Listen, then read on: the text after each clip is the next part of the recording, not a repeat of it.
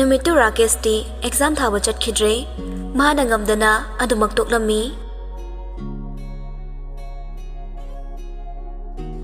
somdana dolina film dagi toklagi hairakpadagi mahakki mahut sinnaba atopa manekre wanglenso dolina tokibaduda apemba fauzari maramdi dolina mangonda ngangkriba singado kanaguma amatana nganglaktribani mahakna thawaina doli butoknabasu sinbani wanglendo producer malemga yu thaktuna leiri malemna ita handaki film se hit chalanda bayada bani ko masida aigidi laibak leptori bani wanglena hera ita aigi film bu kedoba hit chaloi deno actor actress hare afawu ngaktane atai lairi ne itawne actress kidi anaw batawsiya ni haidene free de putoke na lamba ngang dubo masak supam nok nok to bani hanadi tawna loi tawge hai lere hojikna haira roi pa aroina la ama makai ni actress lai jenek pada lorise wangle nok laga ita ai su masak fazai putoke na khan mani aduda ai ne acting kra ton mani pura fagi dare film du social ama fawba hanjiloi da bagi mami uraba actress amada la ama makai gi budget hengat ba super hit already adudi hen bakya kya no hanjin doi sibo yengu dei ta film gi actor actress singse saptana ti mayam ne yeng dusi magi acting skill do ne marudi hoini da adu budi chumba adu da ngang du na to gen hai do heroine no heni haraga ohen da bagi oiramoi dro adu gum bado yeng lai radi bo kamai mi oini khoi ai khoi gi any film ma puthok pada 100% success oi budu na tro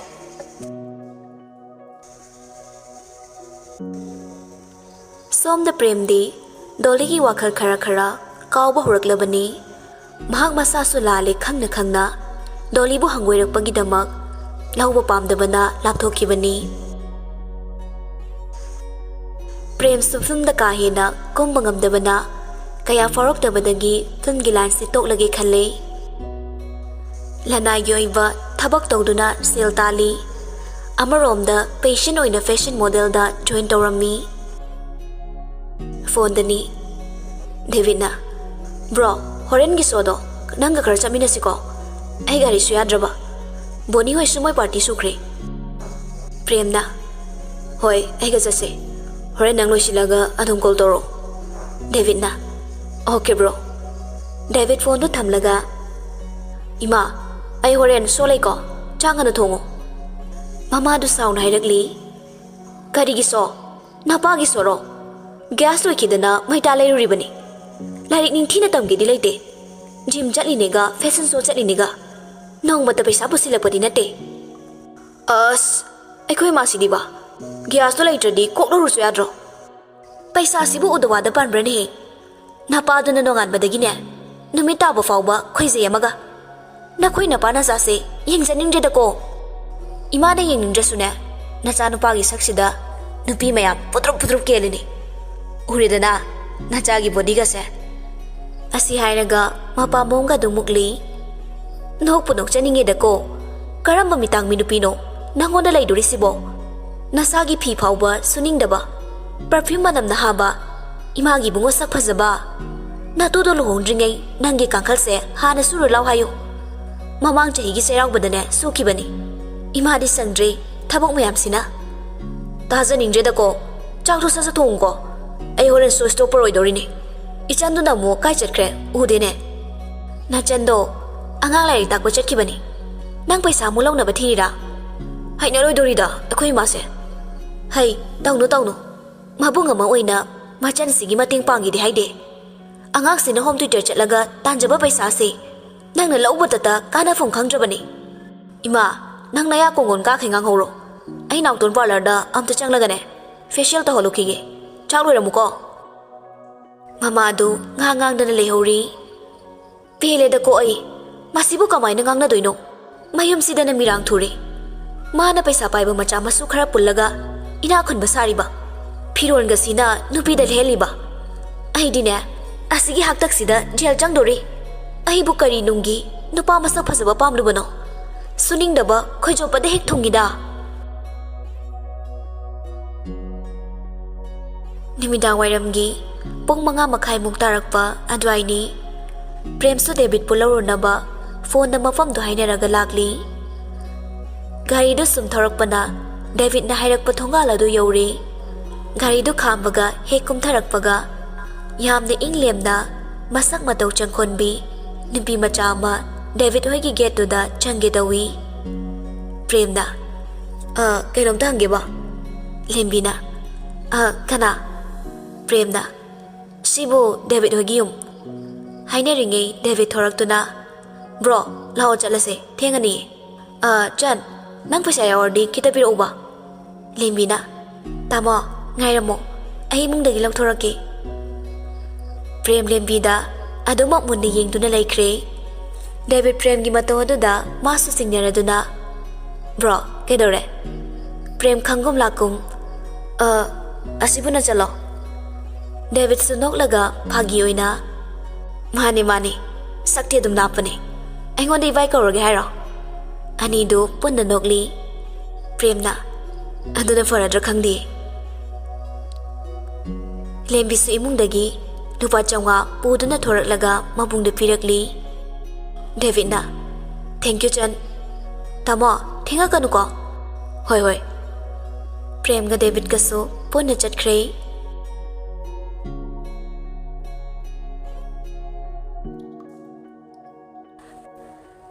matam magi khongjildi yangna chatkibana exam su loikre leisem amadi thadoi amuktagi hena unadribani adubo amana amagi thamoi masak khangna ngaya wari watai tawduna hena achetpali punna punkhre thadoi mahausaga manadre maithongna mamonok cheduna nungaiba sangsar amada harau mathoi karari apam nushibuna thaiduna imungi khanbada wazaraklabasu nongdambana magidamak pamuba kana ama thabiraklabada garigi mirairugani haina singna chaksina thamoigi kachinda nungsiba mabu thamsari amaromda doli inkhalakpagi matamsida khongthang kairabi punsi oibana masana masabu hanthana khanjarakle apam nungsi pumnamakso mafamdagi laukre langbatana kusi tawna hinglakpa ngasidi nokpa kawkhre manglaba matungsida maikei marimak akibatana thalakle thengnakhiba awaba kaya thaksi khasi khangdana ngangkiba wahi tungi punsibo kawthoklubana masa pomba tangoi takre adubu mahaksu matik chawa mi ama oiraga langzaruba mapapsi koktuna naidom tana hinglagi khalli Doligi mamaga mapagado piktakna lairiba ingkhol machasing aduda manamasing khara thari mapana isasing se hojikti gyan tana nungsi sanana leibasi uraga kayada nungairaba nog he nganbadagi numitawa fawba khatnabaga launa-baga torambado aikoigi mungse ngasidi ingna chikna leirido laigai minasu ichanupi atombise laisabi pharaba mali khana jaina baga tawkhidre gyan takre hainariba mamana hojikti magidama waningai oidre adubo mana honglakliba maongse amaromdadi yamna fai adubo amaromdadi yamna nungaitaba poibani moi baba machi hekta undona leirami phone na ngahak leitana wari sabado adusu tawkhidre film album su kumaroi haire nongmata nokhedana tawbasu ukhidre kari pendaba leibano hangmasu kaisu tawdi mahai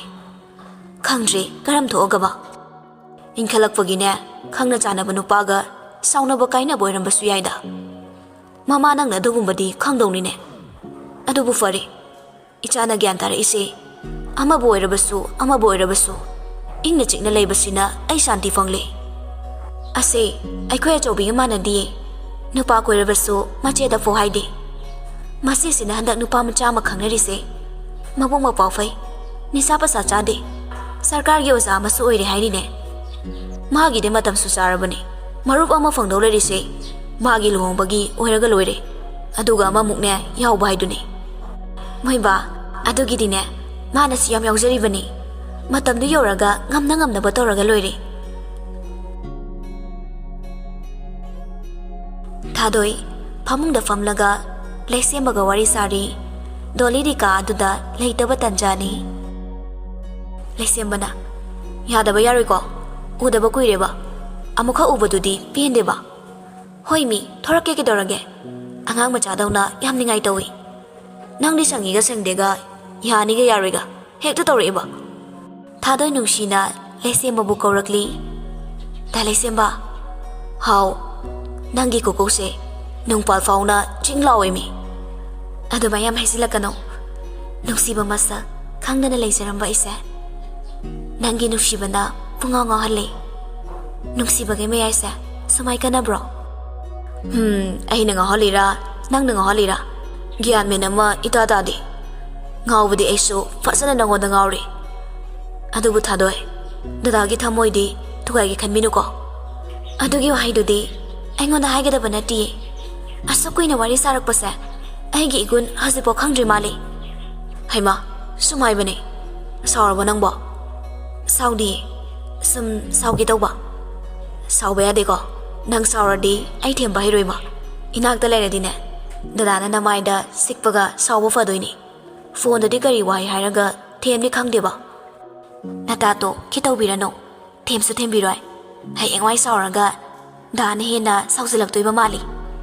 ꯍꯣ ꯑꯩꯒꯤ ꯋꯥꯗꯤꯅꯦ ꯁꯨꯛꯁꯥꯎ ꯁꯥꯎꯕꯤꯔꯣꯏ ꯅꯪꯅ ꯁꯥꯎꯔꯗꯤ ꯅꯅꯥꯛꯇ ꯁꯨꯔꯨ ꯁꯨꯔꯨ ꯂꯩꯔꯒꯅꯦ ꯅꯣꯛꯁꯤꯟꯅꯗꯣꯏꯅꯤ ꯇꯥꯟꯖꯥꯗꯨꯗ ꯂꯩꯁꯦꯝꯕꯒꯤ ꯃꯃꯥꯗꯨ ꯃꯆꯥꯒꯤ ꯀꯥꯗ ꯆꯪꯉꯛꯂꯤ ꯃꯃꯥꯅ ꯏꯕꯨꯡꯉꯣ ꯏꯃꯥ ꯆꯥ ꯂꯣꯟꯕꯤꯔꯛꯎꯔꯣ ꯂꯩꯁꯦꯝꯕꯅ ꯆꯥꯒ ꯊꯛꯅꯤꯡꯗꯦꯗ ꯏꯃꯥ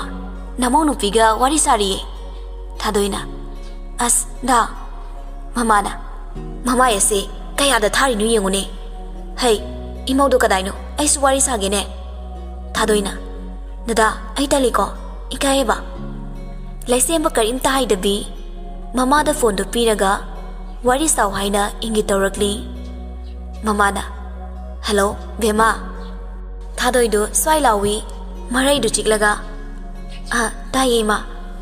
ꯑꯩꯈꯣꯏꯒꯤ ꯏꯕꯨꯡꯉꯣꯁꯦ ꯌꯥꯝ ꯉꯥꯎꯁꯤꯟꯅꯕꯅꯤ ꯅꯪ ꯋꯥꯔꯧꯆꯣꯀꯣ ꯂꯩꯁꯦꯝꯕꯅ ꯀꯩ ꯋꯥꯔꯤꯅꯣ ꯏꯃꯥꯗꯨꯗꯤ ꯊꯥꯗꯣꯏꯁꯨ ꯂꯩꯁꯦꯝꯕꯅ ꯍꯥꯏꯔꯤꯕꯗꯨ ꯇꯥꯔꯒ ꯃꯣꯃꯣꯟ ꯅꯣꯛꯂꯤ ꯗꯗꯥꯁꯦ ꯌꯥꯝ ꯈꯠꯂꯦ ꯅꯠꯇꯦ ꯉꯥꯎꯁꯤꯟꯅꯩ ꯍꯥꯏꯕ ꯊꯥꯗꯣꯏ ꯄꯤꯁꯨꯃꯅꯤꯗꯨ ꯁꯨꯛꯂꯒ ꯃꯆꯤꯟꯗꯨ ꯃꯦꯜꯂꯤ ꯂꯩꯁꯦꯝꯕꯁꯨ ꯃꯅꯥꯗꯨ ꯊꯥꯡꯖꯤꯜꯂꯒ ꯊꯥꯗꯣꯏꯅ ꯀꯔꯤ ꯍꯥꯏꯔꯛꯀꯅꯤꯅ ꯇꯥꯔꯤꯕꯅꯤ ꯑꯗꯨꯕꯨ ꯋꯥꯍꯩꯗꯨꯗ ꯍꯧꯅ ꯅꯣꯛꯊꯣꯔꯛꯂꯤ ꯂꯩꯁꯦꯝꯕ ꯈꯣꯜꯗꯨ ꯀꯜꯂꯞꯅ ꯍꯥꯏꯔꯛꯂꯤ ꯍꯩ ꯑꯩꯅ ꯀꯥꯏꯗ ꯈꯜꯂꯦ ꯃꯃꯥꯅ ꯏꯕꯨꯡꯉꯣ ꯍꯟꯇꯣꯛꯑꯝꯃꯤ ꯅꯪꯕꯣ ꯏꯃꯧꯁꯦ ꯏꯀꯥꯏꯔꯝꯃꯅꯤ ꯃꯤ ꯕꯦꯃꯥ ꯃꯁꯤ ꯑꯁꯨꯃꯥꯏꯅꯅꯦ ꯑꯗꯨꯝ ꯇꯧꯖ ꯂꯩꯔꯕꯅꯤ ꯅꯪ ꯀꯔꯤꯁꯨ ꯏꯀꯥꯏꯅꯨꯀꯣ ꯑꯩꯕꯨꯅꯦ ꯍꯦꯛ ꯄꯣꯛꯄ ꯅꯃꯥꯅꯤ ꯈꯟꯒꯗꯕꯅꯤ ꯀꯔꯤꯝꯇ ꯍꯦꯛ ꯑꯣꯏꯒꯅꯨ ꯏꯃꯥꯝꯆꯥ ꯆꯪꯂꯒꯅꯦ ꯑꯃꯁꯤ ꯋꯥꯔꯛꯁꯤ ꯊꯥꯗꯣꯏꯁꯨ ꯅꯣꯛꯂꯒ ꯍꯣꯏ ꯏꯃꯥ ꯑꯗꯣ ꯗꯗꯥꯗꯤ ꯌꯥꯝ ꯐꯩꯌꯦ ꯗꯗꯥꯅꯁꯨ ꯏꯃꯥꯁꯦ ꯌꯥꯝ ꯋꯥꯖꯔꯕꯅꯦ ꯍꯥꯏꯌꯦ ꯃꯥꯒꯤ ꯈꯟꯕꯗ ꯑꯩꯅ ꯏꯃꯥꯕꯨ ꯂꯨꯅ ꯇꯧꯗꯣꯏꯅꯦ ꯂꯩꯁꯦꯝꯕꯅ ꯏꯃꯥ ꯈꯔ ꯁꯥꯔꯗꯤ ꯌꯥꯔꯦ ꯆꯥ ꯂꯣꯜꯂꯨꯔꯣ ꯃꯃꯥꯅ ꯀꯔꯤꯅꯣ ꯅꯣꯡꯐꯥꯗꯣ ꯏꯃꯧꯒ ꯋꯥꯔꯤ ꯁꯥꯕꯕꯣ ꯅꯪꯗꯤ ꯅꯨꯡꯇꯤꯒꯤ ꯁꯥꯔ ꯂꯩꯔꯕꯅꯤ ꯂꯩꯁꯦꯝꯕꯅ ꯑꯣ ꯁꯥꯎꯔꯣ ꯁꯥꯎꯔꯣ ꯑꯩ ꯄꯂꯦꯡꯒꯤ ꯆꯥ ꯂꯣꯜꯂꯛꯀꯦ ꯃꯃꯥꯅ ꯑꯗꯨꯅꯤꯗꯅ ꯏꯆꯥꯗꯤ ꯃꯔꯝ ꯃꯣꯛꯏ ꯃꯣꯕꯥꯏꯜꯗ ꯑꯃꯨꯛ ꯑꯣꯟꯁꯤꯜꯂꯒ ꯍꯥꯏꯔꯛꯂꯤ ꯑꯩꯈꯣꯏ ꯏꯕꯨꯡꯉꯣꯁꯦ ꯆꯥ ꯂꯣꯜꯂꯨꯒꯦꯅ ꯆꯠꯈ꯭ꯔꯦꯅꯦꯍꯦ ꯒ꯭ꯌꯥꯟꯒ ꯈꯪꯇꯥ ꯇꯥꯕ ꯁꯥꯔꯛꯏꯕ ꯅꯣꯡꯃꯗ ꯆꯥꯛ ꯊꯣꯡꯉꯨ ꯍꯥꯏꯕ ꯌꯥꯕꯤꯕ ꯅꯠꯇꯦ ꯏꯃꯥꯅ ꯉꯝꯗ꯭ꯔꯦ ꯍꯥꯏꯔꯒꯅꯦ ꯃꯥꯅ ꯊꯣꯡꯉꯤꯁꯦ ꯑꯗꯨ ꯏꯕꯦꯝꯃ ꯅꯣꯏꯁꯨ ꯆꯍꯤ ꯆꯞ ꯆꯥꯔꯦ ꯏꯃꯥꯗꯤ ꯌꯥꯔꯤꯈꯩꯅꯦ ꯊꯨꯖꯜꯍꯟꯅꯤꯡꯉꯤꯅꯦꯍꯦ ꯊꯥꯗꯣꯏ ꯇꯞꯅ ꯍꯥꯏꯔꯛꯂꯤ ꯏꯃꯥ ꯌꯨꯝꯒꯤ ꯐꯤꯕꯝꯁꯤꯗ ꯈꯤꯇꯪ ꯁꯥꯐꯔꯒ ꯋꯥꯍꯩꯗꯨ ꯂꯣꯏꯗ꯭ꯔꯤꯉꯩ ꯂꯩꯁꯦꯝꯕꯒꯤ ꯃꯃꯥꯅ ꯍꯩ ꯑꯗꯨꯒꯤꯗꯃꯛꯇꯗꯤꯅꯦ ꯀꯔꯤꯝꯇ ꯋꯥꯔꯨꯅꯣ ꯏꯃꯥꯁꯨ ꯂꯩꯔꯤꯅ ꯅꯪ ꯗꯗꯥꯁꯨ ꯂꯩꯔꯤ ꯅꯪꯒꯤ ꯑꯋꯥꯠ ꯑꯄꯥ ꯑꯩꯅ ꯂꯣꯏꯅ ꯄꯤꯍꯜꯂꯛꯇꯣꯏꯅꯤ ꯇꯖꯣꯞ ꯇꯖꯣꯞꯁꯨ ꯍꯣꯡꯕ ꯌꯥꯕ ꯅꯠꯇꯦꯅꯦ ꯏꯃꯥꯅꯅꯦ ꯏꯃꯧꯒꯤ ꯆꯣꯞꯇꯅꯕ ꯂꯣꯏꯅ ꯁꯤꯟꯒꯅꯤ ꯏꯕꯨꯡꯉꯣꯅ ꯊꯕꯛ ꯆꯠꯈ꯭ꯔꯒ ꯏꯃꯥ ꯏꯇꯣꯝꯇ ꯇꯔꯛ ꯇꯔꯛ ꯂꯩꯕꯁꯦ ꯅꯨꯡꯉꯥꯏꯇꯦꯅꯦ ꯑꯗꯨꯒ ꯏꯃꯧ ꯂꯩꯔꯗꯤ ꯏꯁꯥꯁꯨ ꯂꯨꯝꯗꯧꯔꯤꯕꯅꯤ ꯍꯣꯏ ꯏꯃꯥ ꯑꯩ ꯕꯕꯥ ꯍꯣꯏꯒꯁꯨ ꯇꯥꯟꯅꯖꯔꯛꯀꯦ ꯍꯣꯏꯅꯦ ꯍꯣꯏꯅꯦ ꯇꯥꯅꯧ ꯇꯥꯅꯧ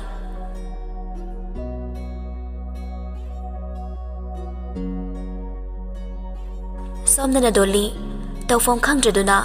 ꯋꯥꯈꯜ ꯅꯨꯡꯉꯥꯏꯅꯕ ꯍꯥꯏꯗꯨꯅ ꯂꯩꯀꯥꯏꯒꯤ ꯃꯃꯥꯟꯅꯕꯤ ꯊꯣꯏꯕꯤ ꯍꯣꯏꯗ ꯂꯩꯔꯤ ꯊꯣꯏꯕꯤꯅ ꯅꯠꯇꯦ exam su loikre nang su phone du di pairo dana prem du tokna reina bu nang na sum sumai na nungai tena leiraga wakhalai man oina bani dolina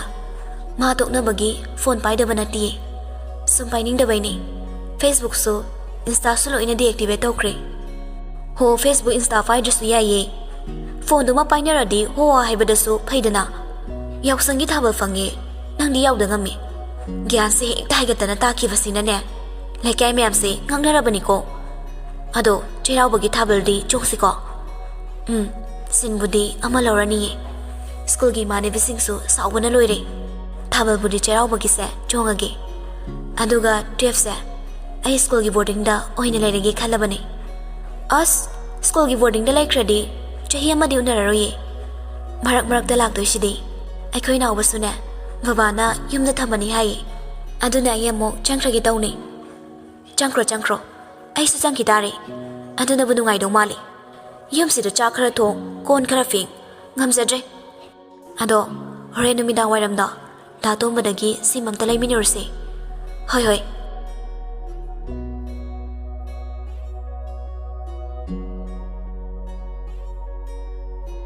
numidangi cha ising cha na bado thadai cooker dagi chak tu thiri abe baba gi sak se thang to aduga imaga baba ga da koro dolina hoi che doli su chak tu thang duk lamaga mapa ga mama ga kaurure mayam di koi na chak cha bahori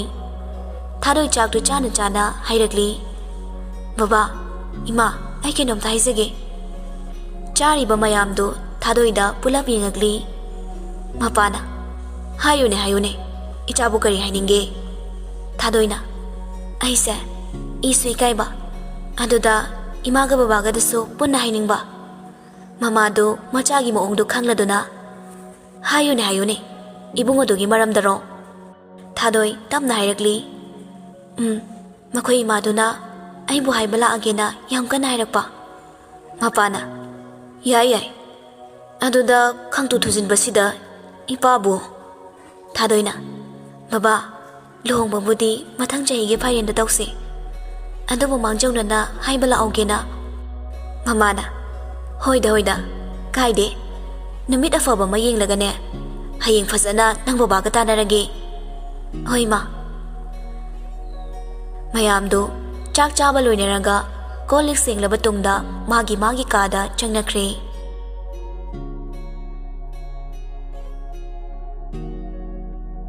somdana prem lembi gi ingtappa matawaduna lembi bu magi oiningba pokli doliga tokna khraba matung ma kanaga su khangnadana leirakpani David hoida toina laktuna David ki mateng pangli ngasi so ma chatlobagi thengri haiduna prem na David puthilakpada makhoi da lekro haibadagi leklami David na yamba aige kase kharamot pani haina gadra khangdi Premna kaisu khandeda adugide lao yamba ai ya pen song do aduga changcha thorase pungsu thengle hoi lembi ga mama ga na makhoi gi chana ba semli mama na phamo phandu da phamo aduga ne khara chaminaro prem su lembi lei baduda khitang di kai ba pokli adubu mahak naksina na ba upai thirakpana ngasi de David hoida leibani Premna ima hoidi ngasai na charamani ko mama na chare napa hoidi tungkhrabani chak su inglabani na kaya di hawraroi lembina tamo yerum do mungau birora ingamane Davidna khara hoge gauro Premna yarani da anga wana bane sisu dum chaba yai lembida mu onsilaga ichan tahurano Mamana ibema lao noi da hoi cha bai kai rani loiraga kon se phengdom da bane diving ha yengosi mama macha do thokre Devina yamba chasilo ai de kaya bu changre ngasai charak pacha bo mayam duna adugi bodi ai chu chak manai da lemalagum se ima hoi roshina mangai se ani do chak chaminaraga phamung da changkre